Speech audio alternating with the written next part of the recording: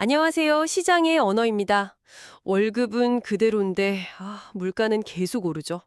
그래서 다들 월급 외 소득을 만들어야 한다, 파이프라인이다, 이런 말을 하는데요. 막상 주식 시장에 직접 뛰어들자니, 음, 아는 것도 없고 왠지 좀 무섭게 느껴집니다. 그렇다고 은행 예금에만 두자니 이자가 너무 아쉽고요. 저도 사실 비슷한 고민을 계속 하고 있었어요. 그러다 작년에 공모주 청약에 꾸준히 참여만 했어도 약 90만 원의 추가 수익을 얻을 수 있었다는 얘기를 들었습니다. 이게 사실이라면 정말 솔깃한 이야기잖아요.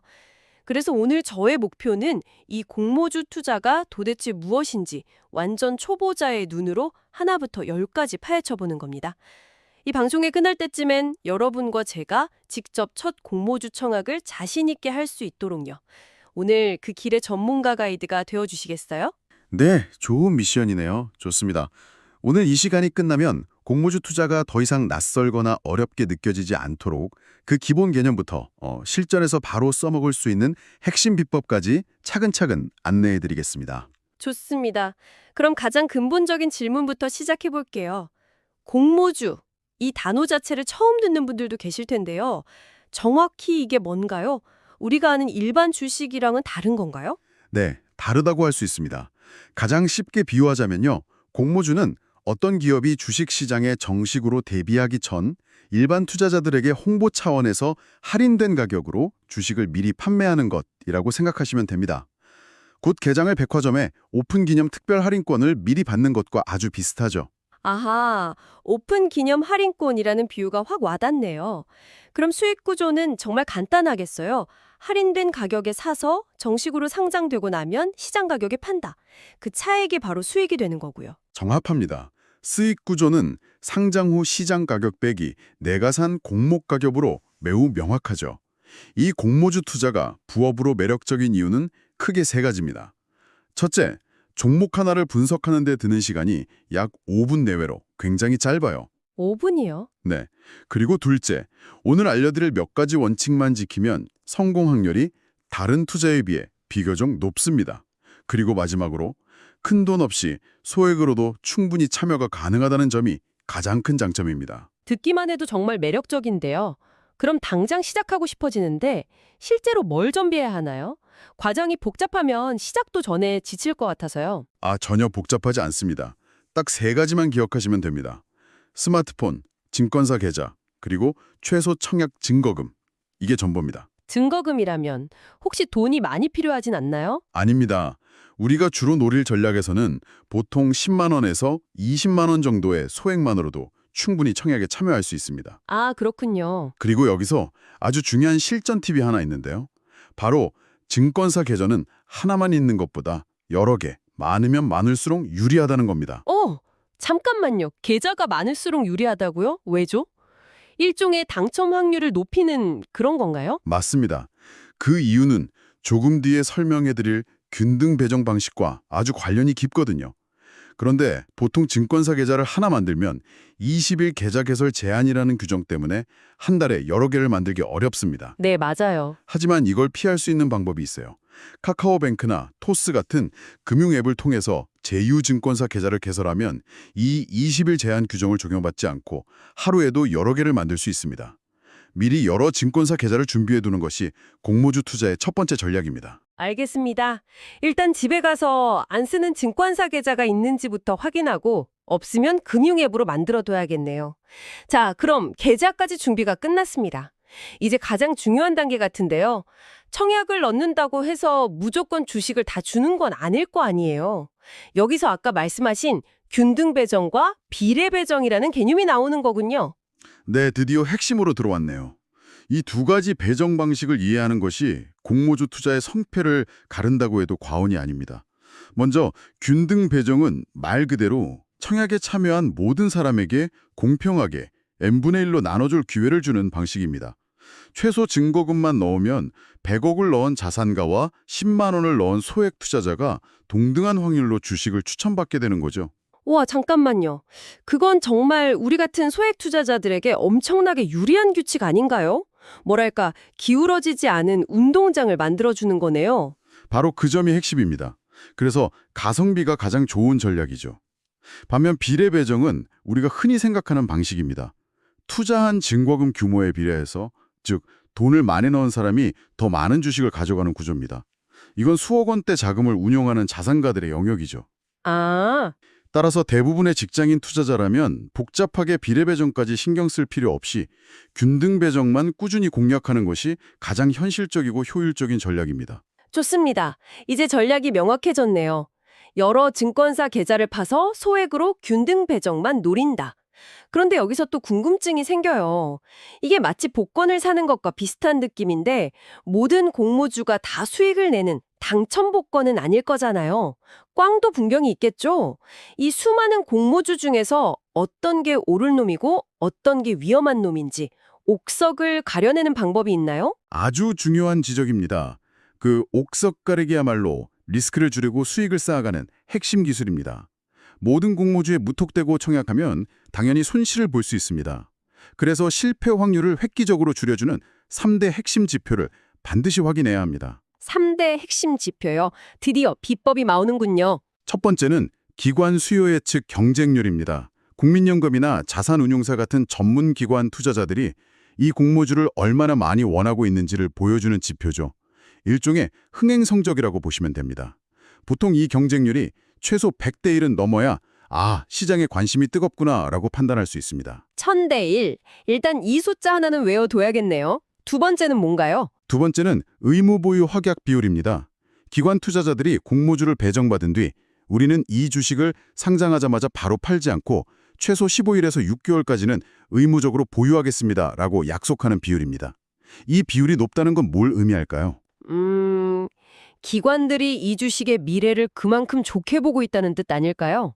당장 팔아서 차익을 챙기기보다는 더 길게 보고 가져가겠다는 자신감의 표현이겠네요. 정확합니다. 그리고 실질적으로도 이 확약 비율이 높을수록 상장 첫날 시장에 쏟아져 나올 매도 물량이 줄어들기 때문에 주가가 안정적으로 상승하는 데 큰 도움이 됩니다. 아, 그렇군요. 마지막 세 번째는 유통 가능 비율입니다. 상장 첫날 시장에서 바로 사고 팔 수 있는 주식의 총량을 말하는데요. 당연히 이 비율은 낮을수록 좋습니다. 물량이 적어야 희소성이 높아지니까요. 맞습니다. 그래야 주가가 오르기 쉽기 때문이죠. 정리해보죠. 기관 경쟁률은 1000대 1 이상으로 높고 의무 보유 확약 비율도 높고 유통 가능 비율은 낮고 이 세 가지 조건을 충족하는 공모주를 찾으면 되겠군요. 그런데 이런 복잡해 보이는 데이터를 개인이 일일이 찾아보기는 어려울 것 같은데요. 예전에는 그랬지만 지금은 아주 편리한 앱과 웹사이트들이 많습니다. 피너츠나 38 커뮤니케이션 같은 곳에 접속하시면 앞으로 있을 공모주 청약 일정부터 방금 말씀드린 3대 핵심 지표까지 누구나 보기 쉽게 표로 정리해서 제공합니다. 5분도 채 걸리지 않죠. 세상 참 좋아졌네요. 그 앱들은 저도 바로 설치해야겠습니다. 자, 그럼 3대 지표만 봐도 실패 확률을 90% 이상은 걸을 수 있을 것 같은데요. 여기서 더 나아가서 전문가들만 아는 숨겨진 필살기 같은 것도 하나 알려주실 수 있나요? 물론 있습니다. 3대 지표가 안전 필터라면 지금 알려드릴 방법은 성장 가능성을 엿보는 심화 기술입니다. 금융감독원의 전자공시 시스템, 흔히 다트라고 부르는 사이트에서 투자 설명서를 열어보는 겁니다. 으악, 투자 설명서요. 그거 보통 수백 페이지짜리 법률 문서 같던데 그걸 다 읽으라는 말씀은 아니시죠? 듣기만 해도 머리가 아픈데요. 하하, 물론 다 읽을 필요는 없습니다. 그 복잡한 문서에서 딱 한 가지만 확인하면 됩니다. 바로 자금의 사용 목적이라는 항목입니다. 자금의 사용 목적이요? 네. 기업이 이번 공모를 통해 모은 돈을 어디에 쓸 계획인지를 밝혀놓은 부분이죠. 이걸 보면 그 기업의 미래가 보입니다. 돈을 어디에 쓰는지요? 예를 들면 어떤 차이가 있나요? 만약 회사가 이 돈으로 신공작을 짓고 차세대 기술 개발에 투자하겠습니다라고 한다면 그건 미래 성장에 대한 청사진을 제시하는 겁니다. 하지만 만약 자금 사용 목적의 대부분이 채무 상환, 즉 빚 갚기에 쏠려 있다면 어떨까요?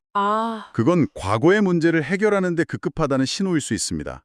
당연히 우리는 미래에 투자하는 기업의 주식을 사는 것이 장기적으로 유리하겠죠. 와, 이건 정말 강력한 팁이네요. 회사의 재무제표를 볼 줄 몰라도 그 회사가 빚 갚는 데 돈을 쓰는지 아니면 미래를 위해 로켓을 만드는 데 돈을 쓰는지 그것만 확인하면 된다는 거군요. 네, 그 한 줄이 수십 페이지의 재무제표보다 더 명확한 시그널을 줄 때가 많습니다. 알겠습니다. 자, 그럼 이제 좋은 공모주를 고르는 법까지 배웠습니다. 그런데 앞서 말했듯 균등 배정으로 운 좋게 일주를 받아도 수익이 몇만 원 수준이면 조금 아쉬울 수 있잖아요.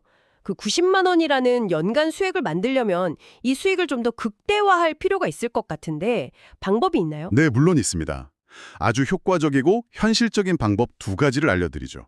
첫 번째는 이미 힌트를 드렸던 가족계좌 활용입니다. 균등 배정은 주민등록번호 기준으로 1인당 청약 기회가 주어집니다. 본인 계좌 하나로만 청약하면 당첨 확률도 1배수죠. 하지만 만약 배우자, 성인 자녀, 심지어 요즘엔 미성년 자녀 계좌로도 청약이 가능하거든요. 4인 가족이 모두 각자의 계좌로 청약한다면 어떻게 될까요? 그럼 당첨 확률 자체가 3배로 뛰는 거군요. 남들의 1주 받을 때 우리 가족은 4주를 받을 수도 있겠네요. 수익도 4배가 되고요. 이거야말로 진정한 팀플레이네요. 맞습니다. 가장 확실하고 리스크 없는 수익 극대화 전략입니다. 두 번째 방법은 약간의 리스크 관리가 필요한데 바로 마이너스 통장 같은 레버리지를 활용하는 겁니다. 단 이 전략은 자금이 많을수록 유리한 비례 배정을 함께 노릴 때만 유효합니다. 잠깐만요. 마이너스 통장이라는 단어가 나오니까 갑자기 긴장되는데요. 결국 빚내서 투자하라는 건데 이거 위험하지 않나요? 그래서 철저한 계산이 필요합니다. 핵심은 예상되는 공모주 수익이 대출 이자보다 확실히 클 때만 실행하는 겁니다. 예를 들어 1억 원을 이틀간 빌리면 이자가 약 2, 3만 원 정도 나옵니다. 그런데 비례 배정으로 받을 주식의 예상 수익이 10만 원이라면 이자를 내고도 7, 8만 원이 남는 장사죠. 아, 여기서 이자를 한 푼이라도 아끼는 팁은 청약 마지막 날 오후에 최종 경쟁률을 보고 그때 자금을 입금하는 겁니다. 자금을 빌리는 기간을 최소화해서 이자 비용을 줄이는 거죠. 그렇군요. 철저히 계상된 리스크라는 거네요. 자, 이제 주식을 사는 법은 거의 통달한 것 같습니다. 그런데 사는 것만큼이나 파는 시점도 중요하잖아요.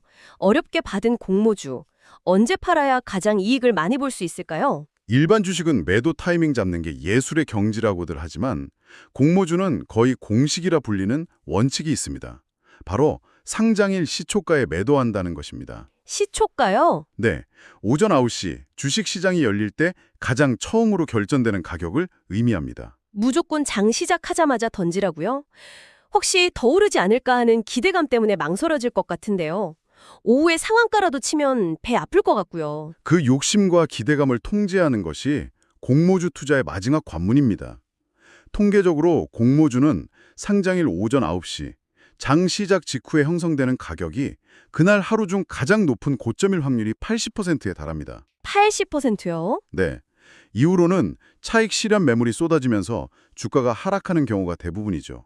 20%의 더 큰 수익을 노리다가 80%의 확률로 손실을 보기보다는 기계적으로 수익을 확정짓는 것이 장기적으로 누적 수익률을 높이는 가장 확실한 방법입니다. 점이 있을까요? 개어의 함정을 조심해야 합니다. 뉴스에서 연일 떠들고 모두가 아는 대기업 공모주일수록 무조건 수익률이 높을 것이라고 착각하기 쉽습니다. 하지만 실제로는 기업의 덩치가 너무 크면 주가가 무거워서 생각보다 많이 오르지 못하는 경우가 허다합니다. 아, 그렇군요. 항상 기업의 이름값이나 인지도가 아니라 우리가 배운 3대 지표, 즉 객관적인 데이터를 믿고 판단하는 습관을 들여야 합니다. 알겠습니다. 상장일 시초가 매도와 대여의 함정주의, 이 두 가지는 꼭 기억해야겠네요.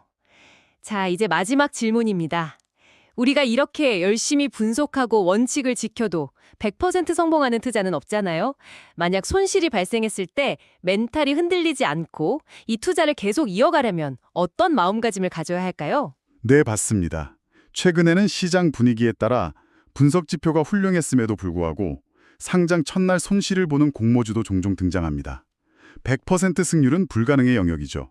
하지만 중요한 것은 지금까지 우리가 함께 살펴본 이 옥석 가리기 과정을 거치면 손실 볼 확률은 극단적으로 낮추고 성공 확률은 비약적으로 높일 수 있다는 사실입니다. 결국 확률 싸움이라는 거군요. 그렇습니다. 공모주 투자는 한두 번의 홈런을 노리는 단기 게임이 아닙니다.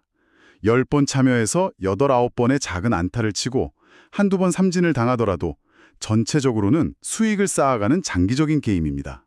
어쩌다 발생하는 손실은 더 나은 투자를 위한 수업료라고 생각하고 감정적으로 흔들리지 않고 원칙에 따라 꾸준히 참여하는 것. 그것이 연간 누적 수익을 차곡차곡 쌓아가는 유일한 비결입니다. 지금까지 시장의 언어였습니다.